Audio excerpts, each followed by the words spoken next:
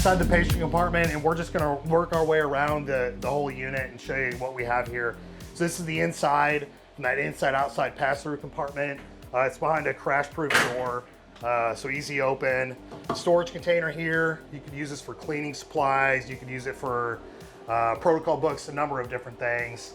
Upper cabinet with 120 volt power in here. On the front wall, we've got a refrigerator freezer plugged into power. They added it's made by Sentinel, so it's an air purification system. So you can probably hear the fan running in the background.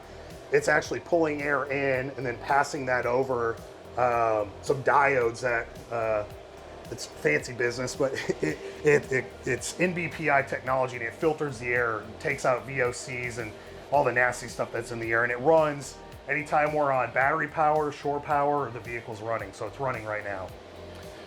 Med Vault, this is a narcotic safe, with audit trail technology. Each person has their own unique PIN code.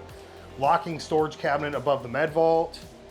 At the action wall here, it's common stuff that you see. Radio, communication system. This is the Technimount bracket this is for a LifePack 15.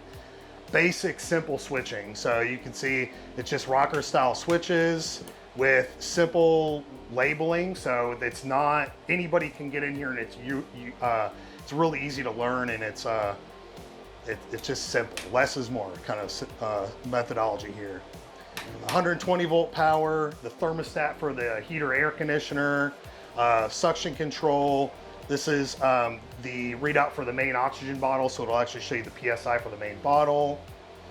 Locking sharps container bracket.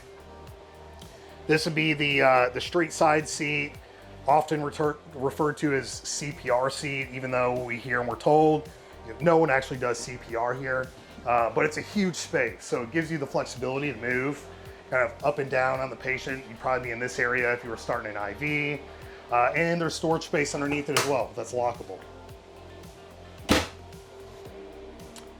Here is that netting, so it's retained. There's 3 retaining clips down here at the bottom, but then for easy access, you can actually just flip this up, and then now it's locked in place, and so that'll let you slide things in and out with that net not flopping all over the place. This is really cool. So this is actually a first time for us. So this customer requested glove box holders to be accessible from the rear of the vehicle when the doors are open. So we got the dimensions of their largest glove box, and we built these simple kind of recessed housings for the box to sit in. That closes, it's held closed with magnets, and then you just pull your gloves out. So we put one of those on each door. We're really happy with how those turned out. This is a sharps container on the rear wall. This is an acrylic organizer. A lot of times it's IV start supplies that are stored in here. Positions 1 and 2 at the squad bench. And then you'll notice there's not actually storage underneath the bench on this side.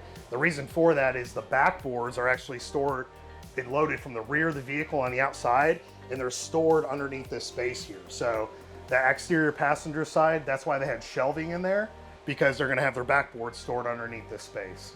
Also very, very common option for our customers, and it's a really good use of that space there.